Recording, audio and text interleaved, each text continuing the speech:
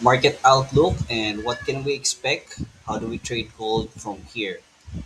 And so, just a quick update lang, no? From Monday. And so, nagkaroon nga ng um, gap up, no? This gap up is because of, it was because of the US stopping the bombing sa Iran. Okay, and then from there, it kind of went to ranging, no? So from here, and akit baba siya, and here, okay? So na-fill niya na yung gap and landed on support, okay? So why is gold behaving this way, okay? So basically, it's because of the upcoming federal funds rate FOMC announcement on Thursday ng madaling araw. Okay? Thursday morning, 2 a.m. Yan. So 2 a.m. And ito nga no, nakita natin the forecast is that they will hold the interest rate.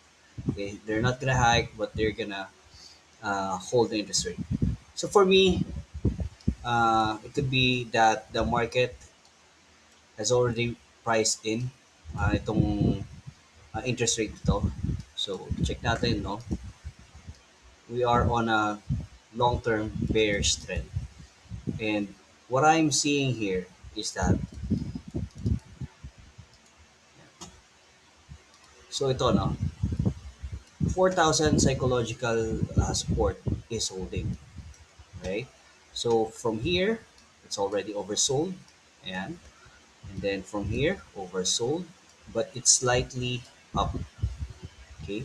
And then there's another one here na nag-support siya no, at the 4,000 level, but it's not on the oversold level, okay? And then another one lumapit no. So it's more like a zone, not an exact price. But then it's actually going up. So what we can do from here, right? So what I'm expecting or what I want to see is that if we are going to sell this, uh, we want to sell around here, okay? And then if we are if we see na si gold is gonna go higher high and higher low, breaking this long-term bearish trend, then we can resume buying because na-price in niya na yung market, no? So, forward-looking na si gold from there, right? So, um, if the US and Iran war improve, and as we can see here, oil oil commodities are actually down. So, it's actually from 90s na, no? Nasa 90 level na. Yan. So, nung tog, breakdown, balik ulit sa bearish trend, right?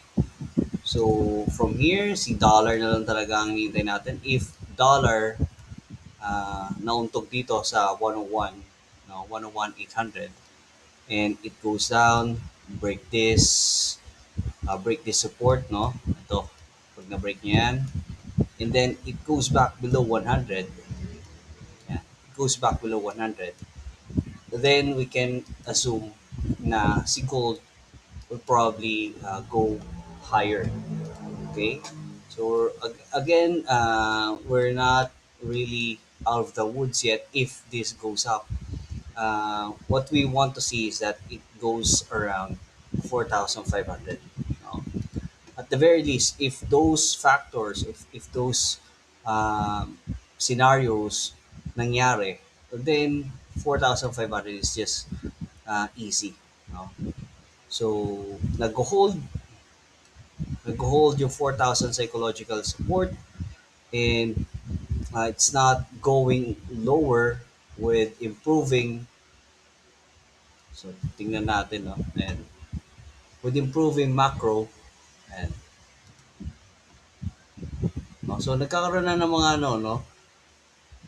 Amidst hopes, no? Dollar rise ahead of Fed, and dito, so tingnan natin, no? And crude falls for third session.